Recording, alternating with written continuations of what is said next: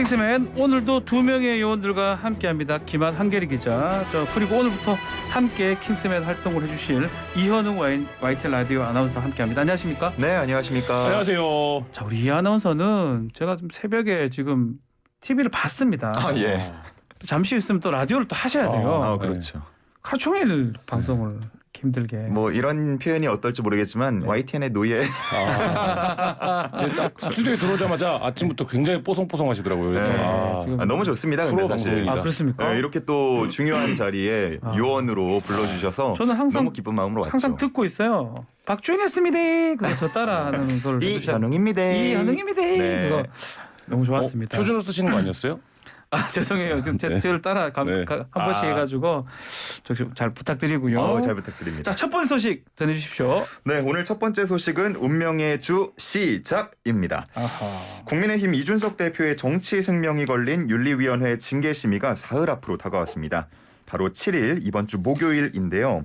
이 대표의 성상납 관련 증거인멸 교사 의혹에 대한 윤리위 심의 결과에 따라서 정치 생명은 물론 여권의 당권 역시 변화가 예상돼서 이목이 쏠리고 있습니다. 이번 윤리위 심의 결과에 따라서 이 대표와 당내 친윤계로 불리는 의원들 간의 당권 경쟁 다툼도 윤곽이 나오는 거 아니냐, 이런 정치적 해석이 이어지고 있고요. 네. 이를 두고 윤심을 둘러싼 이 대표와 친윤계 사이의 기싸움이 여전히 이어지고 있습니다. 최근에 이 대표 나토 정상회의를 마치고 귀국한 윤 대통령을 직접 마중 나갔고요. 윤 대통령의 첫 외국 출장 성과를 높이 평가하는 등 윤심 구애에 나서는 모습을 보였습니다. 이를 두고 일각에서는 친윤계의 이준석 고립시키기가 거세지자 윤심과의 연결고리를 강조하고 나선 것 아니냐는 해석이 나오고 있습니다. 네. 한편 이 대표는 오는 7일 전까지 자신의 무고함을 강조하기 위해서 윤리위를 상대로 한 반격 카드도 지속해서 꺼내 보일 것이라는 예상이 나오고 있습니다. 자, 윤리위 징계가 2주 연기 미뤄졌는데, 자, 이 대표가 조금 불안해할 만한 네. 움직임들이 좀 있었던 것 같아요. 뭐 여의도에서는 예. 일사불란하게 손절이 시작됐다 이런 평가가 나올 정도로 한 주 동안 여러 일들이 있었는데요. 네. 일단 그 주초죠. 지난주 주초에 대통령실이 이준석 대표랑 비공개 회동이 있었다 없었다, 네. 뭐 20일 날 만나기로 했었다, 이 부분에 대해서 이제 완전히 선을 긋는 발언이 있었고요. 네. 그리고 이 이준석 대표가 야심차게 띄운 이제 공천 개혁을 위해 논의하는 회의가 있는 날 장재원 의원 주도의 혁신 포럼이 출범을 했고, 이 자리에 또 안철수 의원이 참여하면서 이른바 이제 이준석 의원의 간장 발언이 나오고 굉장히 또 이제 그 경론이 오고 가는 말싸움이 있었고요. 그리고 이제 결정적인 부분은 이른바 이제 윤심을 실어서 당과 대통령실 간의 가교 역할을 하리다라고 이제 알려졌던 박성민 비서실장이 사퇴를 하면서 이준석 대표 주변에 아무도 안 남은 게 아니냐, 뭐 이런 이제 평가까지 나오고 있었습니다. 지금 말했던 윤심, 정말 친윤 중에 친윤이라는 박성민 비서실장, 이게 사퇴를 윤리 앞두고 1주 전에 사퇴를 한 거잖아요. 손절 아니냐, 이런 분석들이 많더라고요. 네, 뭐 이유를 일신상의 이유라고 밝혔는데 본인은 표현했습니다. 네. 일반적으로 뭐 직장인들도 뭐 사퇴하거나 이직할 때 할 말 없으면은 일신상의 이유 이렇게 쓰지 않습니까? 근데 사실은 누구랑 다퉜거나 예. 너무 뭐 상황이 안 좋았 경우가 많겠죠. 그렇죠. 네. 그래서 이 진짜 이유가 무엇이냐, 뭐 다들 말을 아끼고 있기 때문에 그 진실을 둘러싼 또 의혹들, 여러 가지 해석들이 나오고 있는 것 같습니다. 이 공항 마중 있잖아요. 네. 이준석 대표가 출국 환송할 때는 안 나왔었는데 네. 마중을 지난 1일 날 갔습니다. 네. 이게 지금 여러 가지 또 해석이 되던데 네. 최후의 수단이다, 이런 해석도 있더라고요. 일단 뭐 공항 마중 자체가 최고의 수단이 될 수 있냐, 이거는 뭐 그런 건 아닌 것 같고요. 다만 이런 건 있는 것 같아요. 이준석 대표의 최근 이제 발언들이나 행보를 보면 네. 윤석열 대통령과 이른바 윤핵관을 분리 대응하고 있는 건 기조는 명확히 보입니다. 예를 들면 내가 윤 대통령과의 뭐 거리나 관계에 있어서 문제가 있는 건 아니다라는 시그널을 계속 내고 있고, 다만 이제 지금 자신이 투쟁하고 있는 대상은 윤핵관들이다, 이 기조가 있기 때문에 이제 네. 그 연장선에서 윤 대통령과 이제 팔짝 웃으면서 악수하는 이런 사진을 좀 연출한 게 아닌가 싶습니다. 우리 이 아나운서 보기에는 공항 마중으로 윤 대통령 마음이 조금 좋아졌을까요? 그런 얘기를 했다고 하잖아요. 네. 이 대표도 나오셨네. 이 대표도 나오셨네. 나오셨네. 이거는 이제 예상하지 못했던 순간이 아닌가 참. 그렇게 좀 해석을 해볼 수 있지 않을까 예, 싶고 예. 이준석 대표 역시도 뭐 오전에 공개된 일정 없었고 또 예. 오후 2시에는 김미애 의원실 토론회가 원래 잡혀 있었다고 하잖아요. 네. 이를 불참하고 간 만큼 조금 급박했던 게 아닌가 이런 해석도 가능할 것 같습니다. 징계 관련해서 결과를 좀 여론조사했던 거 보니까 징계 찬성이 좀 더 많은 것 같아요. 특히 20, 30대 이렇게 징계 찬성 높은 거 이건 어떻게 보십니까?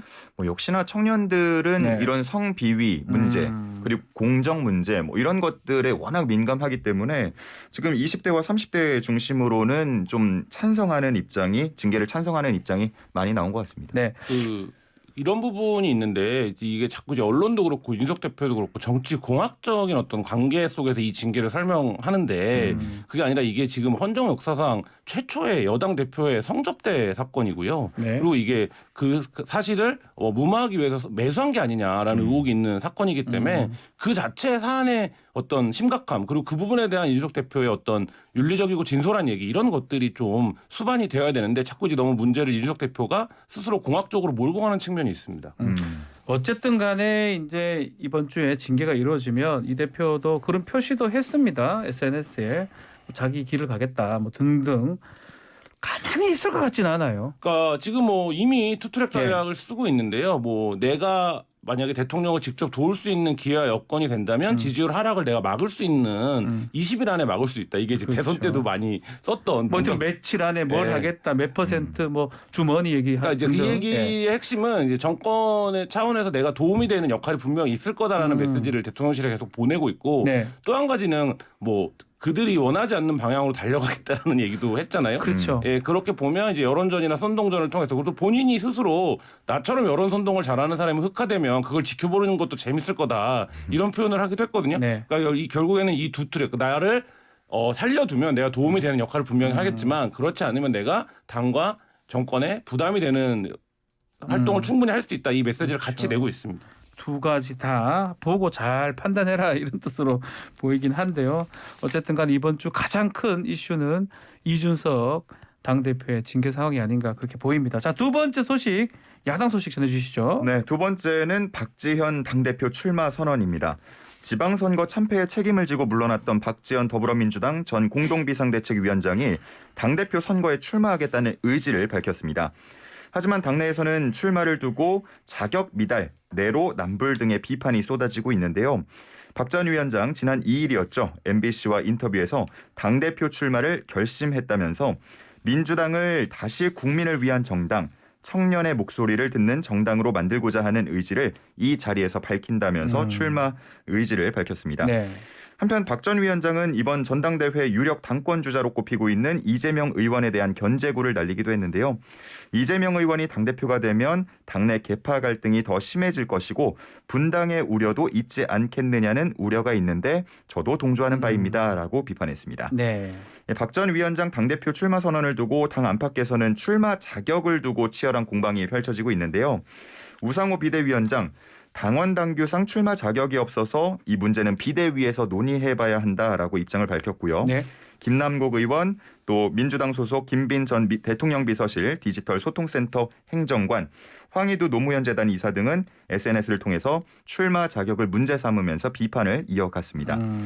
한편 박 전 위원장은 이에 대해서 당규를 개정하지 않아도 된다면서 반박에 나섰는데 당원 당규를 개정해야 한다는 것은 허위 뉴스다, 가짜 뉴스다.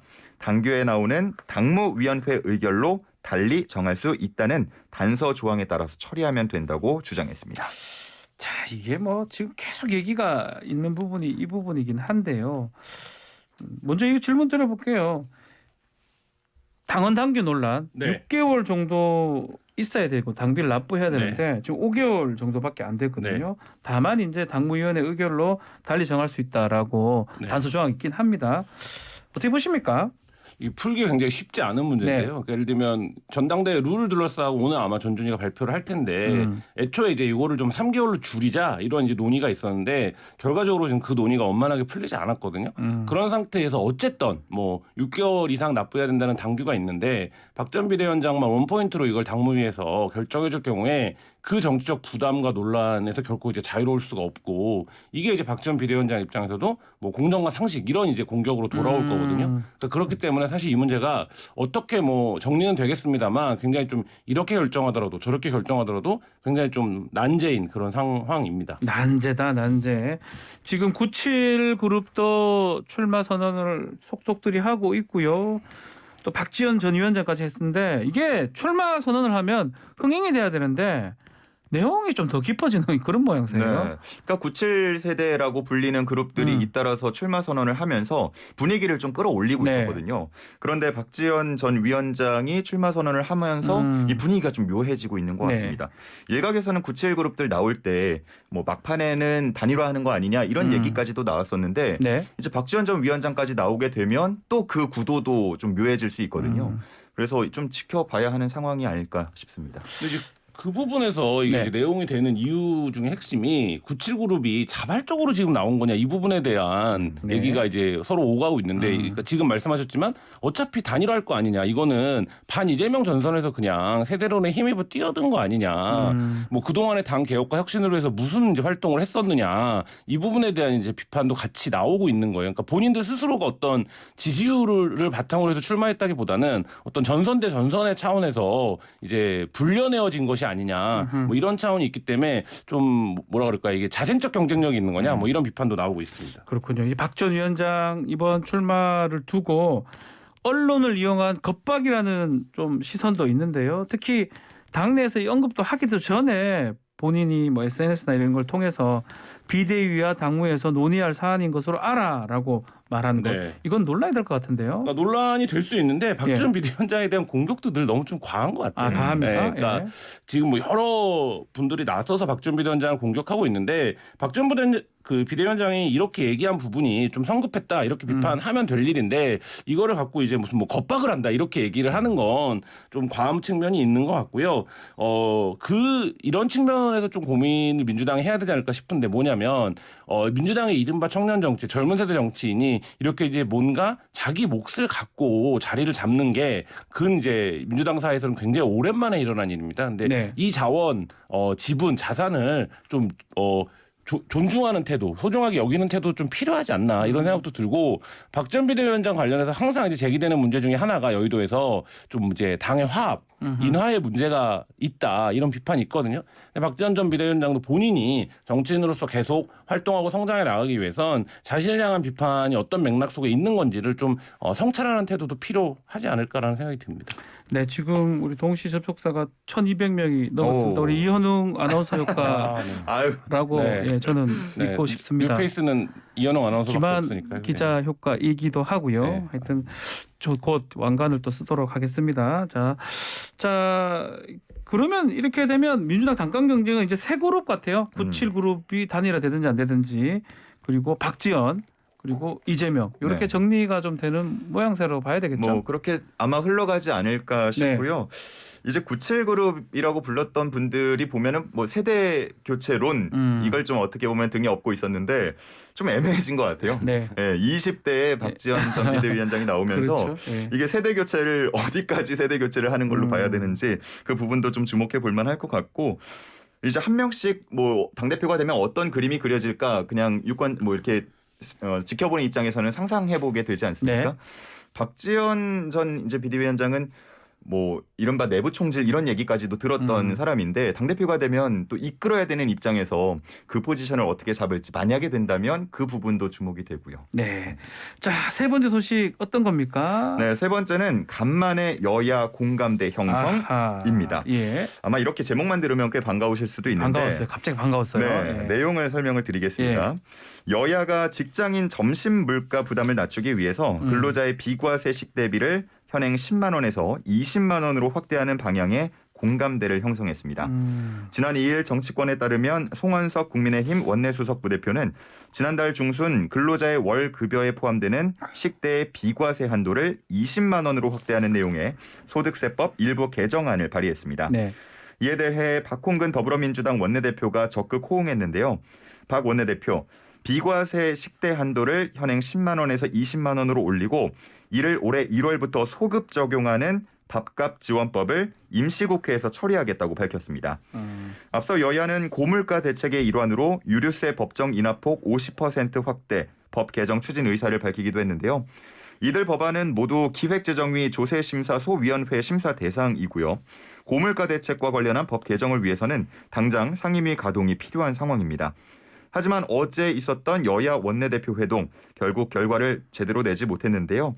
국회가 정작 공전을 거듭하면서 법안을 다룰 상임위원회는 구성조차 되지 못하고 있어서 이게 과연 당장 처리될 수 있을까? 그 부분에 주목이 되고 있습니다. 좋습니다. 우리 직장인들 네. 조금 귀가 솔깃할 것 같긴 한데 네. 결정안 혹시나 통과가 되면 어떤 변화가 생기는 거죠? 그러니까 과세 표준이라고 하죠. 예. 세금 부과의 기준 금액이 되는 금액이 1,200만 원을 초과하고 4,600만 원 이하 구간에 해당하는 근로자. 그러니까 굉장히 많을 거예요. 많은 분의 근로자들이 이 여기에 해당합니다. 네네. 예. 예, 세율이 15% 기준으로 잡으면 월 한 15,000원, 연 단위로 하면 한 18만 원 정도 세금을 덜 내는 효과가 오. 생기니까 뭐 한 달에 한 한 15,000원 이 정도의 정도? 좀 이렇게 여유가 생긴다 이렇게 이해하시면 될 것 같습니다. 처리가 되면. 뭐 이거 나쁘지 않고 좋아 네. 보이는데 문제는 지금 원구성이 안 돼가지고 이게 네. 당장 이루어질 수 있을까요? 그러니까 지금 원구성 상황이 어저께 심야회동이 결렬이 예. 일단 됐고요. 오늘 오전까지 좀 기다려 보겠다 이런 입장인데 지금 이제 민주당 입장에서는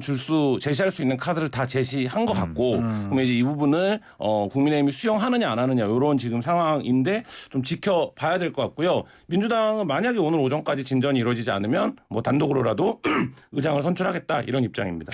자, 지금 국회가 헛바퀴 돌고 있는 그런 상황인데 장애의 민생 행보만 하고 있다, 경쟁하고 있다 이런 비판의 목소리도 있는 것 같아요. 그 기사들 보다 보니까 네. 그런 얘기가 좀 눈에 띄더라고요.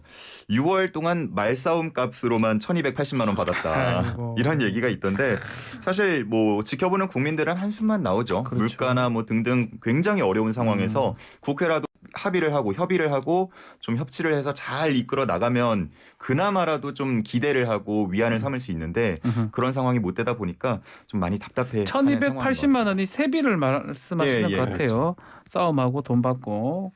근데 6월 국회 처리 법안 몇 건일까요? 0건입니다. 네. 왜 0건이냐면 구성이 돼야 처리를 하겠죠. 그렇죠. 전 세계 어느 나라에서 개원 갖고 이렇게 오랫동안 힘겨루기를 하는가? 없을걸요? 예, 예. 이 부분에 대해서 국회의원들이 매번 할 때마다 하는 얘기지만 네. 왜 존재하는가 이 부분에서 굉장히 좀 회의적인 생각이 듭니다. 알겠습니다. 자, 오늘 킹스맨 여기서 마무리를 하겠습니다. 자, 김한 한결이 기자 또 오늘 새로 해주신 이현웅 YTN 아나운서 감사합니다. 감사합니다. 감사합니다. 고맙습니다. 네, 고맙습니다.